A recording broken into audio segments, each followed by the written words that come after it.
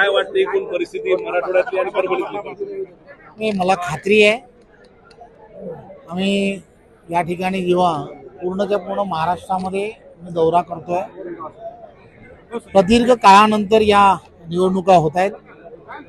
29 महानगरपालिकेच्या निवडणुका होत आहेत आणि सर्वच्या सर्व 29 महानगरपालिकेमध्ये युतीचेच महापौर होतील ही पूर्ण खात्री आहे.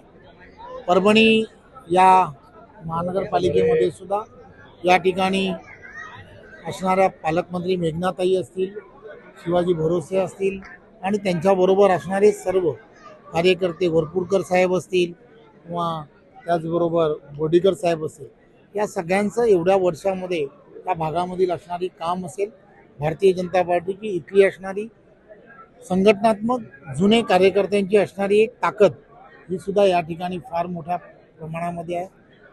विचार परिवाराचं असणारं योगदान ही या भागांमध्ये मोठ्या प्रमाणामध्ये आहे.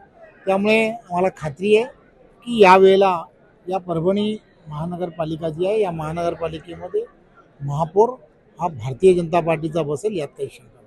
65 जागांची महापालिका आहे, आपण 39 जागा लढत आहे, महापौर कसा बसेल? एक गोष्ट फार महत्त्वाची असते की निवडणूक आणि निवडणुकीच्या पार्श्वभूमीवरती कार्यकर्त्यांवरती प्रचंड कॉन्फिडंट आहे आणि कार्यकर्त्यांनी पूर्ण कॉन्फिडंटमध्ये सर्वात मोठा पक्ष हा भारतीय जनता पार्टी हा होणारच आहे.